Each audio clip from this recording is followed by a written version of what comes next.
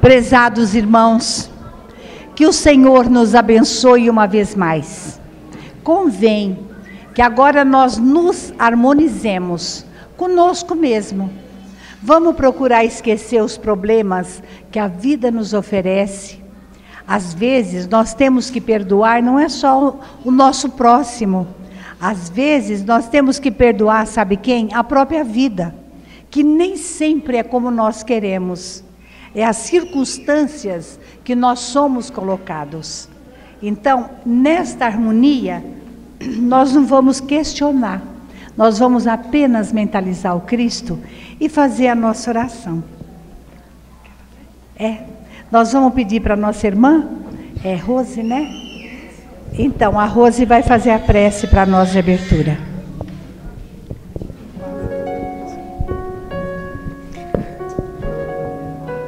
Deus, Pai dos que choram, dos tristes, dos oprimidos, fortaleza dos vencidos, consolo de toda dor. Embora a miséria amarga, no pranto dos nossos erros, neste mundo de desterro, clamamos por vosso amor. Nas aflições do caminho, nas noites mais tormentosas, tu és a fonte generosa, o bem que não secará. Sois em tudo a luz eterna, na alegria e na bonança, nossa porta de esperança que nunca se fechará. Quando tudo nos despreza no mundo da iniquidade, quando vem a tempestade sobre as flores da ilusão, Mestre, sois a luz divina, o cântico da certeza, vencendo toda aspereza, vencendo toda aflição. Na hora da nossa morte, no abandono, no tormento, trazei-nos o esquecimento da sombra da dor e do mal, e que no último instante sintamos a luz da vida, renovada e redimida, Pai, na paz ditosa e imortal. Glória a Deus nas alturas, paz na terra a todos de boa vontade. Louvado seja Deus, que assim seja. E assim nós vamos dar início ao Evangelho desta noite. Meus amigos, é a última sexta-feira do mês.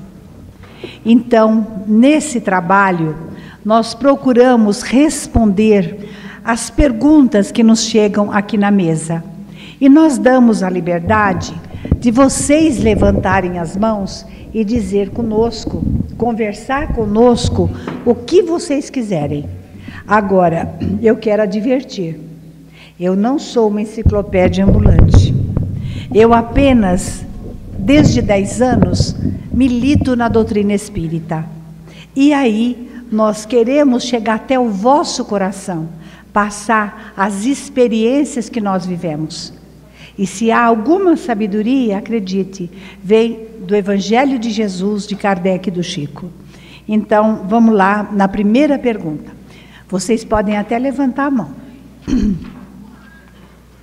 Na luz espírita, como é explicado o homossexualismo? Que livro comenta isto? Gente, Vida e Sexo, do Emmanuel. Vocês vão ter resposta a respeito do homossexualismo. Quero dizer para vocês o seguinte: cada caso deve ser analisado. Entretanto, a maioria dos nossos erros de vidas passadas, nós vamos pagar na próxima vida. Ora, nós vamos reencarnar tantas vezes for necessário como mulher, até adquirir as virtudes femininas. Nós vamos também voltar à Terra tantas vezes for necessário, num corpo de homem, até adquirir as virtudes do homem. Na época de hoje, nós temos que observar os grandes equívocos. Quantos casos passou pela nossa sala e que nós aconselhamos o adolescente? Não foi um nem dois, foi vários. Realmente, televisão, as ruas, não é? É um apelo. Nós já vimos até, falam tanto em preconceito. No entanto, eu pergunto para vocês, quem é que é preconceituosa? Porque agora eles estão tentando fazer uma religião só para homossexual. Então, isto nos soa na mente como um absurdo. Aquele que segue Jesus, tanto faz ser homossexual ou não. O problema é que realmente a gente, vamos dizer, não existe problema. Não existe. Eles são do Cristo, tanto nós como nós. Agora, cada qual recebe doses homeopáticas. Então, nós precisamos olhar para dentro de nós e ver o que buscamos. É isso que necessitamos, nada mais do que isso. E os pais que porventura lutam com esse problema, procurem se colocar no lugar do vosso filho. Conversa, bastante conversa e evangelho, para a gente poder ajudar. E sem escândalos. O que eu acho mais bonito na religião espírita é que quando nós chegamos na casa espírita, Jesus está de braços abertos. Ele não pergunta qual é o teu pecado, o que foi que você fez. Simplesmente está de braços abertos. Agora, André Luiz, que é um espírito iluminado, ele diz o seguinte: passou 2 anos, você não melhorou? Começa outra vez. E João Batista, que foi o precursor de Jesus, ele dizia: endireitai as vossas veredas. O que quer dizer isso? Quando nós chegamos para a religião, quando nós chegamos com Jesus para Jesus, nós temos que ver o que é que está errado em nós. Não posso viver olhando a falha dos meus semelhantes. Mas qual é o meu pecado? Qual é a minha falha? E aonde eu estiver errada, aí eu vou corrigir. Assim é a nossa religião. Alguém quer falar? Não? Será que vocês estão entendendo? Que bom.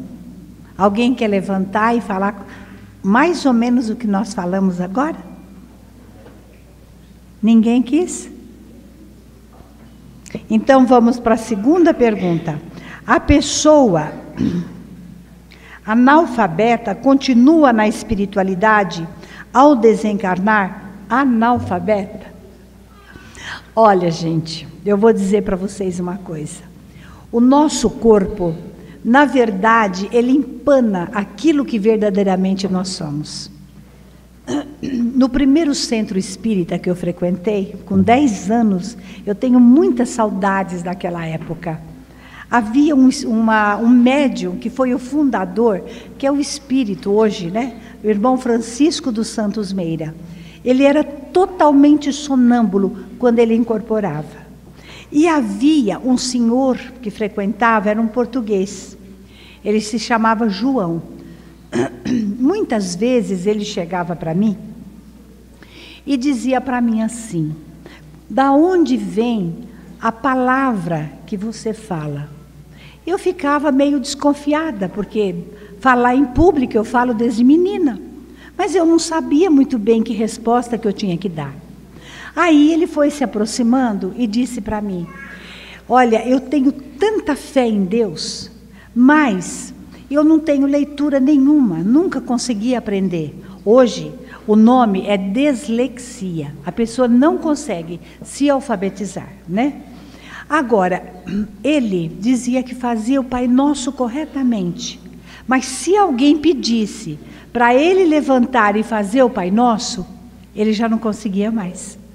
Ele se perdia. Então, ele ficava conversando conosco e mostrava até um grande conhecimento. Me fazia bem a palavra dele, porque parece até que me esclarecia nos pontos, não é? Assim, da pouca vivência que estávamos chegando quase que naquele momento. E um dia nós ficamos sabendo que ele havia falecido.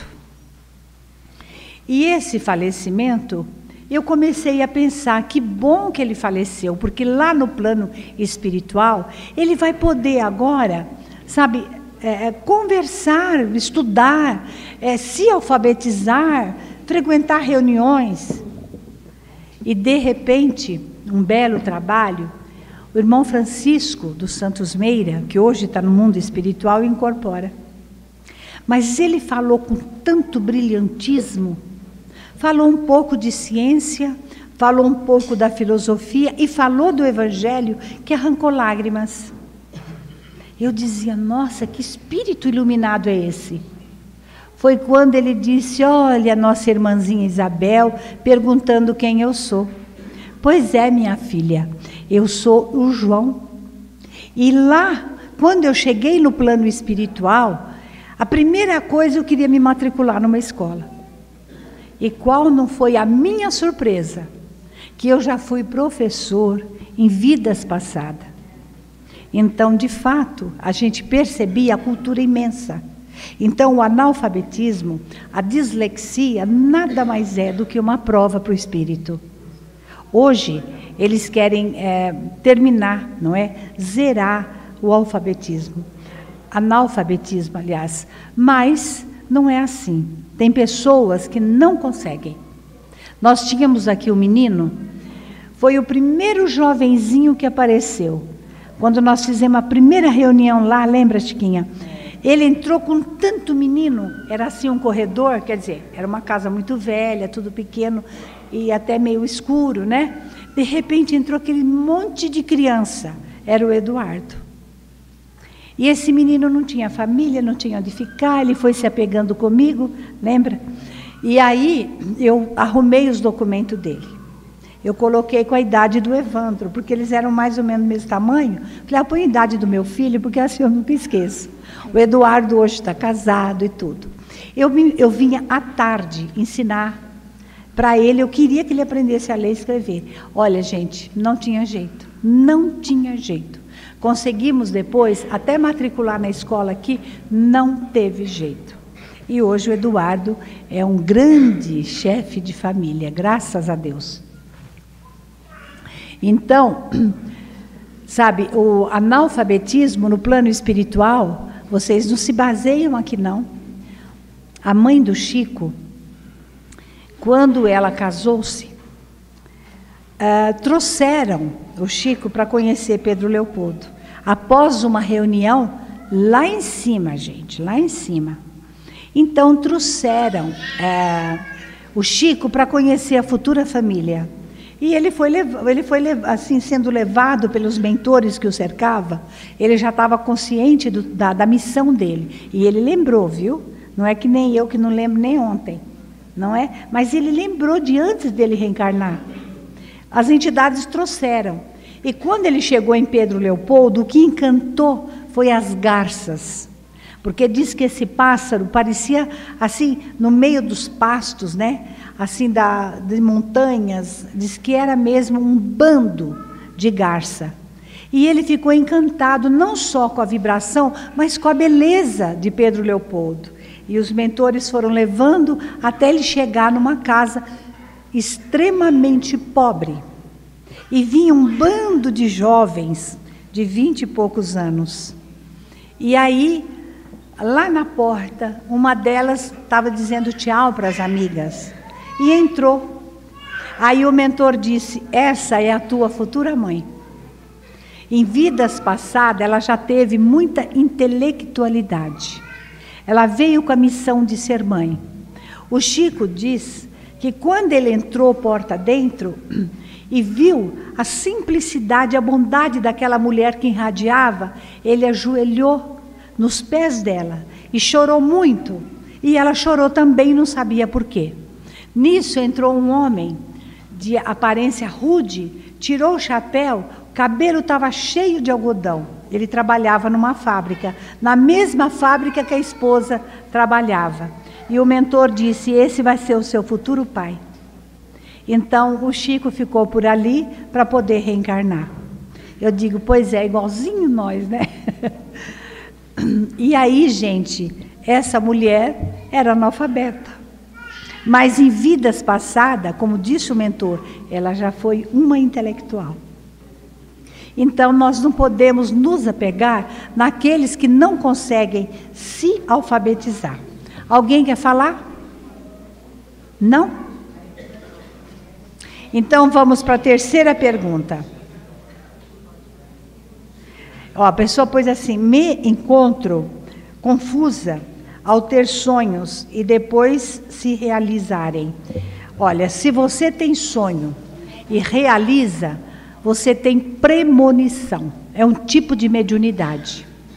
Você pode ver o que pode acontecer no futuro. E falo mais, se alguma coisa, uma previsão que venha acontecer, e depois você fica meio perdida, meio triste, lembra de uma coisa: Deus permite nós vermos para nós orarmos. Nós podemos orar, pedir por aquele acontecimento, porque de repente dá para evitar, dá para afastar. Então não é só para a gente ficar com medo ou confusa. Ore, pede a Deus, sabe, que afaste, se possível, não é, os acontecimentos que podem nos atordoar. Alguém quer falar? Não? Então é uma premonição. Quer falar? Como é que está escrito aqui? Aqui? Não, esse eu já falei. Aqui, ó. Ah, sim.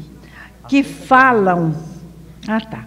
Que falam os espíritos acerca de amores mal resolvidos.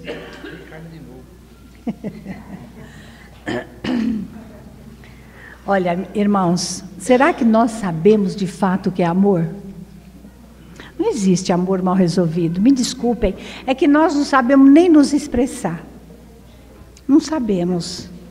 Nós queremos ser amada, amados, mas dizer que nós não resolvemos porque disse Jesus, pela dureza do vosso coração. E na verdade, estudem esse livro que eu falei, que é Vida e Sexo, do Emmanuel, que vocês vão ver como eu estou coberta de razão. Amor é uma palavra que exprime o sentimento por excelência. Sai constantemente de Deus. Nós podemos dizer que é o hálito de Deus. Esse amor é tão profundo que ele abrange todo o universo. Cada planeta é envolvido por esse fluido que emana do Criador constantemente. Esse Criador é tão maravilhoso que as suas criaturas é que faz esse fluido, essa energia, ser tão pura, mais ou menos pura, ou então fica muito matéria. Depende da evolução dessas criaturas. Então, o que é amor? Amor é renúncia. Amor é perdão. Amor é nós entendermos o nosso semelhante, é nos doarmos sem nada pedir. No livro de Emmanuel, chamado Renúncia, nós vemos ali verdadeiramente o que é amor. Alcione desce das paragens mais altas que vocês puderem imaginar. Dá a impressão que é uma estrela cadente. Ela vem devido a um espírito chamado Carlos. Ela tudo fez por ele, tudo fez. Ele nem sequer soube retribuir, mas se sentia bem com a presença dela. E quando ele se torna sacerdote, ela o abençoa muito. E depois ele começa a fracassar. Ele começa, devido ao tormento do sexo, a desviar o caminho, a rota que ele tinha traçado para ele mesmo. O que é amor? Gente, o amor é cumplicidade, amor é amizade, amor é fidelidade. Amor, ele doa constantemente e nada quer. Isso é amor. Agora, tem pessoas que nem conseguem, sabe, ser amada. Porque quando a pessoa percebe que tem um companheiro ou uma companheira que de fato o ama ou a ama, sabe o que ela faz? Ela exige e vai, só sugando, não sabe doar-se. Então, o que é amor? Esses amores mal resolvidos, eu acredito que a gente tem que resolver nessa existência mesmo. Não existe isso, não existe. E lá no plano espiritual eu vou dizer assim, vai ficar aquele que mais afinidade tem. Viu? Alguém quer falar?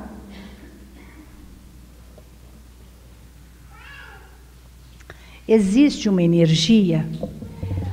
Eu prometo para vocês que a semana que vem eu quero falar só amor e sexo. Mas existe uma energia que liga os seres.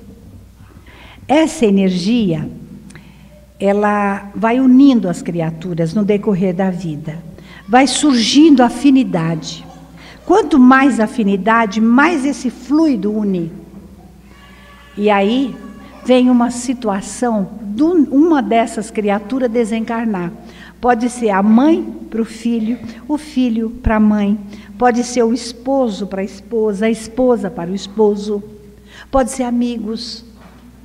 Gente, quando a pessoa parte para o plano espiritual, é interessante porque não é o conhecimento que determina. O conhecimento da espiritualidade ajuda, mas não determina. Porque a pessoa leva como que uma parada dentro do seu ego. É como se arrancasse das profundezas do seu ser, arrancasse a própria vida, e a pessoa tem que se refazer para continuar vivendo. Então, esse fluido que nos anima, que nos ajuda, às vezes tem até do obsessor. Leia a Sexo e Destino que vocês vão entender o que eu estou explicando.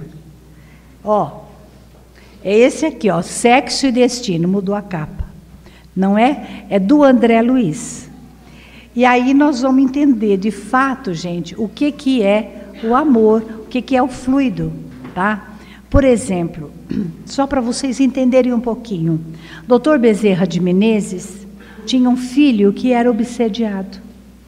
Ele vivia na cama, sofrendo muito, muito, muito, e era um espírito que o perseguia. E aí, num trabalho de desobsessão, Dr. Bezerra conversava com ele, pedia, deixa o meu filho, tenha dó, mas ele não deixava. Mas naquele trabalho em especial, Dr. Bezerra, falou, olha, que não seja pelo meu filho, mas por você, meu filho, que agora você também vai ser meu filho. Então ele disse, o obsessor, nunca ninguém falou comigo com tanto amor, com tanto carinho, eu vou deixar teu filho. Só que passou 2 dias, o filho desencarnou. Porque o obsessor, na verdade, o fluido, a energia, sustentava aquele corpo, aquela criatura. Então é muito sério. Eu lembro, gente, lá para o ano de 79, mais ou menos, nós tivemos um caso aqui no Rede Vivo de uma assistida. Ela era negra, ele japonês. Ele batia nela com faca, riscava ela. Era uma tristeza. E uma companheira nossa chegou para ela e disse, por que você não vai embora? Vai embora, larga ele. Eu ainda falei, você não devia falar isso, porque isso é um karma. Você não sabe a energia que liga essas duas criaturas. Tinha que partir dele, ou dela. Ou então os dois juntos. Nós não podemos viver, separa, vai embora, porque não sei o quê, nós não temos esse direito. E a gente mostra a lei divina e cada qual tem o seu livre-arbítrio. Mas a moça tanto fez que saiu, foi embora para Campinas. Aí começou um tormento. Ele vivia inquieto, rondando, querendo saber. Ela, por sua vez, começou a mandar carta, até que voltou. E quando ela me procurou, eu disse, e agora, o que você quer fazer? Ou ele volta para mim, ou eu me mato. Aí, lembrando, eu falei, e os riscos de faca que ele fazia? É preferível o risco de faca com ele do que sem risco e sem ele. Eu não expliquei? Gente, são energias, são fluidos. Um dia, essa energia, ela é que nem éter. Só para dar um exemplo, ela vai também sumindo, ela vai evaporando e vai acabando. Mas nós não podemos viver dizendo, sai fora, você vai sofrer, ou então você não está sofrendo, isso é do foro íntimo de cada criatura, viu? Então, vocês entenderam? Esse amor mal resolvido, tá? Aonde que nós estamos? Na quinta? É aqui. Que influência tem as crianças? As crianças, nas crianças, ao tomarem remédios que podem levá-los ao desencarne? Ó, gente, a criança é inocente. Responsabilidade de quem deu, do médico, se passou a receita. Agora, vida e morte é departamento de Deus. Se o lar é bem assistido, os mentores vão influenciar alguém para dizer, não tome esse remédio. Vai dar um alerta. Mas, quem sabe não foi o remédio? Quem sabe? De repente, não é o remédio, é o karma daquela criança partir cedo. Não é? Como vocês lembram, nos livros do André Luiz, tem o caso de Júlio, que é um suicida. A madrasta casou com o pai, né? Lógico, por isso ela é madrasta. E ela morria de ciúmes. Então levou a criança lá no mar. E ela pensava, eu vou fingir, né, que eu não estou vendo, que eu me distraí, para que ele morra. E realmente ele desencarnou devido ao afogamento. Mas estava escrito, ele ia mesmo passar por aquilo. Ela auto se punia depois. Vira um estágio de obsessão. Ela auto se punia. Por quê? Porque o pensamento dela, ela desejou a morte, mas era só por isso, porque realmente ele ia desencarnar. Por isso, orar e vigiar é 24 horas por dia. Gente, alguém quer falar? Oi. Vem cá, fala aqui. Fala, Rose. Porque assim, tem crianças que por mais que os pais guardem E por que... Fala. Tem crianças que por mais que os pais tenham todo o cuidado, ela já tem aquele fluir de ir achar o medicamento, seja onde for, e ingerir. Ou muitas vezes também pegar produtos, até aquele intuir, sabe? Não pode descuidar um minuto que vai tomar um remédio. E eu queria saber assim, se isso tem alguma ligação espiritual, suicida. A Rose está perguntando como é que explica quando os pais têm toda a responsabilidade de esconder remédio, produtos de limpeza, e a criança tem aquele instinto de ir lá procurar e beber. Como explica? Gente, a criança até um certo ponto é de responsabilidade, depois já não é mais. Porque muitas vezes tem obsessor que acompanha, são espíritos muito endividados. Tem entidades que acompanham desde a hora do reencarne. Porque a gente fala uma criança inocente, só que lembra, a criança foi um adulto. Agora ela é criança, mas antes não era. Então, quando chega a esse ponto, é porque ou é um descuido, ou às vezes um espírito obsessor intuiu, levou, manipulou até se concretizar o desencarne. Entenderam? Alguém quer falar?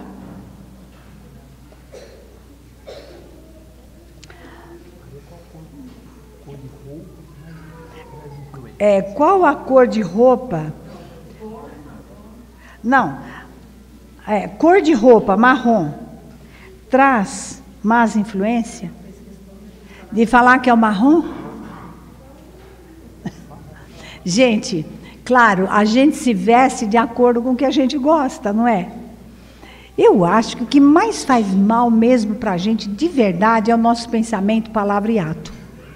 Ah, tem gente que anda só de preto, né? Tem um monte de rapazes aí que a gente vê aquelas capas pretas e não sei o quê. Mas também, muitas vezes, é um estágio obsessivo, né? Mas o marrom, por exemplo, tem marrom lindo, da cor do chocolate, né?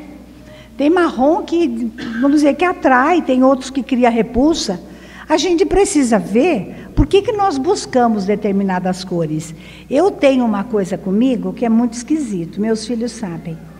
Vocês sabem, existe desenhos que é espiral, assim.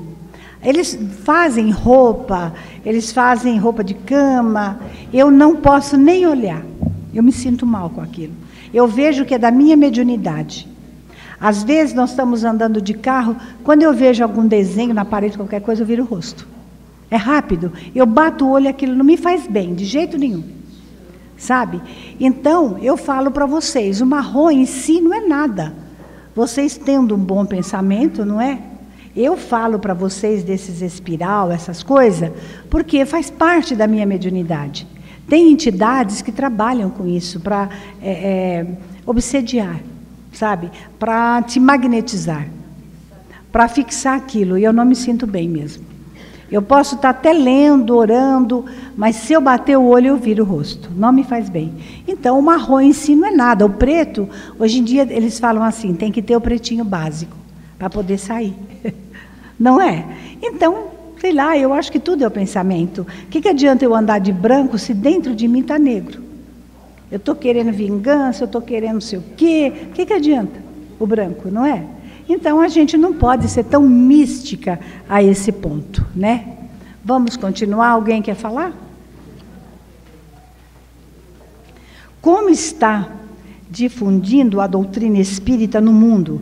E se existe outros espíritos como o Chico? Olha, gente, dentro das minhas idas a Uberaba, ali é o foco, mesmo com a ausência do Chico Xavier. Mas eu tenho conhecido pessoas que, de fato, é uma surpresa para nós. Estão espalhados em todos os planetas, e é interessante que são brasileiros. Tem pessoas que estão traduzindo em vários idiomas os livros do Chico e de Kardec. Tem pessoas que renunciaram à profissão. O pai manda dinheiro mensal para que a filha possa se dedicar na divulgação doutrinária. Atualmente na Terra, não tem espíritos assim do grau do Chico. Não tem. Eu estou dizendo porque a gente tem esse contato, não é? Com pessoas que estão na Europa, que estão na Ásia, pessoas que estão nos Estados Unidos. Não tem, não tem. Agora, eu queria falar para vocês uma coisa. Sexta-feira nós tivemos no grupo da prece lá de Chico Xavier. E toda sexta-feira tem um trabalho chamado Vivência Xavier. A Donda implantou, a Neuza implantou. E é interessante porque ali, todas as pessoas que estão dentro do movimento e que falam em público, vamos dizer, o intuito é chegar até a casa do Chico. E a Neuza dá esta oportunidade. E a semana passada eu conheci uma moça de 25 anos chamada Ana Tacha. Muito bonita, ela é assim, bem mulata, muito magra. Carmen, eu queria que você estivesse lá. Ela é soprano. Ela é portadora de uma voz que impressiona. Então, havia 8 caravanas. Imagina, parecia no tempo do Chico. Então, eles tiraram os médiums da mesa, colocaram muita cadeira fora do recinto, porque tinha muita gente. E essa moça, ela veio cantando muito longe. Então, ela só vinha fazendo isso. Olha, arrepiava dos pés à cabeça. Daí a pouco, com a pequena vidência que eu tenho, gente, eu vi entrarem muitas moças, de uma luz incrível. E, de repente, uma criança que representava para a gente 8, 9 anos, com uma flâmula. Eu não sei se vocês sabem o que é flâmula. E estava escrito Legião dos Servos de Maria. Eu estava do lado da Sônia Barçante. A Sônia pôs a mão assim, eu vou em Uberaba desde 64, eu nunca vi a Sônia chorar. Ela dizia, eu estou emocionada. Essa moça, quando ela terminou aquele número dela, ela disse que quando ela nasceu, o pai e a mãe faleceram. Parou por aí. Ela conta que com 5 anos, ela descobriu a voz que ela tem e o mesmo timbre. Fala um francês corretamente. E ela foi levada no planeta que ela denomina Esperança, que é Marte. Lá em Marte, ela encontrou todo o passado de musicistas que reencarnaram na Terra um dia. E ela é musicista, com certeza. Toca piano sem nunca aprender, nunca foi numa escola aprender a cantar, né? É o dom, né, Carmen, que a pessoa tem, porque nós temos uma cantora aqui, viu? Semana que vem ela canta para vocês, né? Então, aquela moça, conforme ela foi se revelando, nós fomos vendo que ela era de fato médium. E ela disse, eu sou médium de efeitos físicos. Cantou várias músicas, inclusive Hino ao Amor, que todo mundo chorou. Já viu uma Bem Te Venha. Vocês mais novos, acho que nunca nem ouviu falar. Mas é lindíssima a letra, a música, é lindíssima. E depois ela foi entrando em músicas de Jesus. Quando ela começou a falar, cantar a música de Jesus, materializou em todo aquele pedaço um perfume que parecia essência de rosa, que naturalmente era Sheila, que estava nos brindando para que a gente pudesse recordar muito quando o Chico estava em Uberaba encarnado. De repente, Jasmim. Esse Jasmim, a Sônia dizia para mim, me ajuda Isabel, a pedir para Eurípides, sabe para quê? Para o sanatório de Uberaba. O sanatório, ele, 80 anos atrás, foi fundado pelos espíritas, dirigido pelos espíritas. E, depois disso, muita dificuldade eles enfrentaram, eles conseguiram com o governo federal uma verba para pagar médico, para pagar a luz, a água, assim, produto de higiene, mas a alimentação nunca chegou. Então os espíritas batalham para que aqueles enfermos pudessem realmente se alimentar adequadamente. É uma luta imensa. E recebeu da União, que é lá de Brasília, a Sônia Barçante recebeu uma carta, dizendo que espírita não tem nada a ver com hospital. Hospital não tem nada a ver com os espíritas.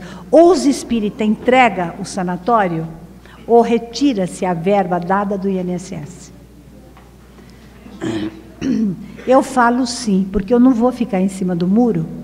Eu assumo toda a responsabilidade da minha palavra e dos meus atos. Esse é o governo que nós temos. Isso é o governo que nós temos. Como disse o nosso ex-presidente Lula, que o Japão não ganhou a Copa porque investiu em saúde e em tecnologia. Eu falei, então nós vamos ganhar ou ganhamos porque nós só sabemos fazer estágio? Arena, agora é arena. Ele acabou de declarar saúde, tecnologia, cada um para si, Deus para todos. Então, ela pedia para mim, me ajuda a falar com Eurípides, porque o Jasmim era o espírito de Eurípides que estava ali. E depois, gente, parecia que tinha macerado o alecrim, de tão forte o perfume de alecrim. E ela encerrou com a Ave Maria de Gounod. É lindíssimo, não tenho o que dizer. E eu então me regozijei dentro de mim, agradecendo a Jesus, porque eu senti que o Chico, certa vez, na década de 80, perguntaram, Chico, por que tantos jovens estão desencarnando? Tão jovens, às vezes por acidente, às vezes por enfermidade, por quê? E ele respondeu, são espíritos que têm um karma ainda a ser expelido, até que é um karma leve. Eles vão expelir esse karma e vão sentir o que o planeta está precisando. Eles voltam para o plano espiritual e vão reencarnar para formar o terceiro milênio. Pois a Ana Tasha, eu senti nela uma médium de Jesus, porque ela foi na casa lá, ela é do Rio de Janeiro, e o ano que vem, na homenagem do Chico, já está agendada a presença dela. Então, ela disse, quer dizer, me disseram, né, porque tinha uma moça de Niterói, que lá no Rio, em Niterói, ela vai fazer o trabalho. É vendido a R$30 o DVD. E ela então disse, não, eu não quero viver de música. Eu sinto que isso é um dom. Então, ela deixou toda a renda para aquela casa, porque realmente eles estão precisando. Então, gente, não é uma coisa de Deus? Não é para a gente ficar animada e pensar que vale a pena? Porque, afinal de contas, gente, a gente vê tanto erro, é tanta violência, é tanta coisa. E eu, por exemplo, estou pedindo a Deus, sabe o quê? Se vocês puderem me ajudar, vamos fazer junto? De madrugada, eu penso, Jesus, mestre, tem misericórdia do planeta. Envia logo um espírito que possa reencarnar e descobrir uma vacina. A criança nasceu, vacina. Contra a bebida, contra o cigarro e contra as drogas. Quero ver. Acabou. Porque eu não vejo saída. A gente que fica naquela sala lá, os pobrezinhos falam assim, me ajuda, me ajuda. Quando eu vejo, eu estou nisso. É duro, é difícil. E são pessoas, antigamente falava, é a família. Não, é que eles inadvertidamente experimentaram. Desenvolve uma célula, e aí é que eu quero ver. Então, gente, nos ajude a pedir a Jesus que mais uma vez Ele tenha misericórdia do planeta. Como surge um espírito, aqui?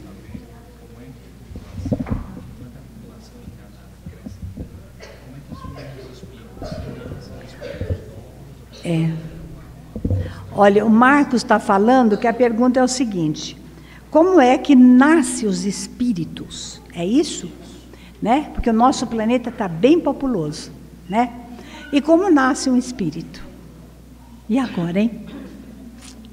Gente, claro que nós não vamos entender todo o mistério da vida, mas nós podemos dizer que nós viemos, mineral, vegetal, animal, e depois hominal, e depois angelical. Viu? Nós não sabemos exatamente, mas nós sabemos sim que do momento que uma pessoa, vamos dizer, uma criatura nasce, o nosso Pai Celestial coloca ali uma centelha.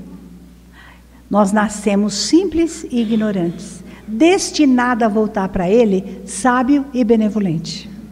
Esse é o destino de todos nós que somos filhos de Deus. Diz que quando o verme e as plantas se movimentam na direção da luz solar, nada mais é do que buscando o Criador que lhe instila o ser.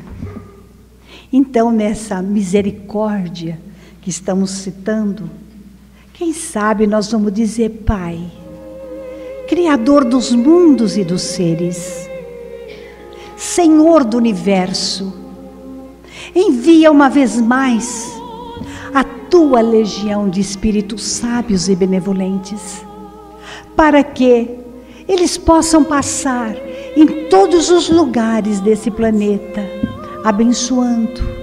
Aonde houver uma lágrima, que essa legião de luz, de sabedoria, possa secar essas lágrimas. Aonde tiver a ignorância, que gera tanto sofrimento, tanta perturbação, plante ali a verdade, inspire aqueles, pedindo por eles misericórdia, porque na caminhada terrestre olvidaram as tuas bênçãos. Auxilia a nós outros, que queremos seguir o teu Filho amado que enviaste à terra. Ajuda-nos, para que o nosso amor não se torne egoísta, para que, Senhor, a nossa simplicidade não seja aparente, que a nossa caridade não seja interesse, Mas, Senhor, que a nossa força não seja apenas temeridade.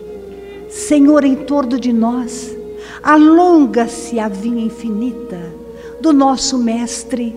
Auxilia-nos, Pai, a adentrar nesta seara, servir Jesus incondicionalmente, para que um dia nós possamos voltar para Ti, sábios e benevolentes. Mas enquanto somos espíritos, ainda devedores, que possamos repetir junto com Paulo, o grande apóstolo: Senhor, a Tua graça nos basta. Que assim seja.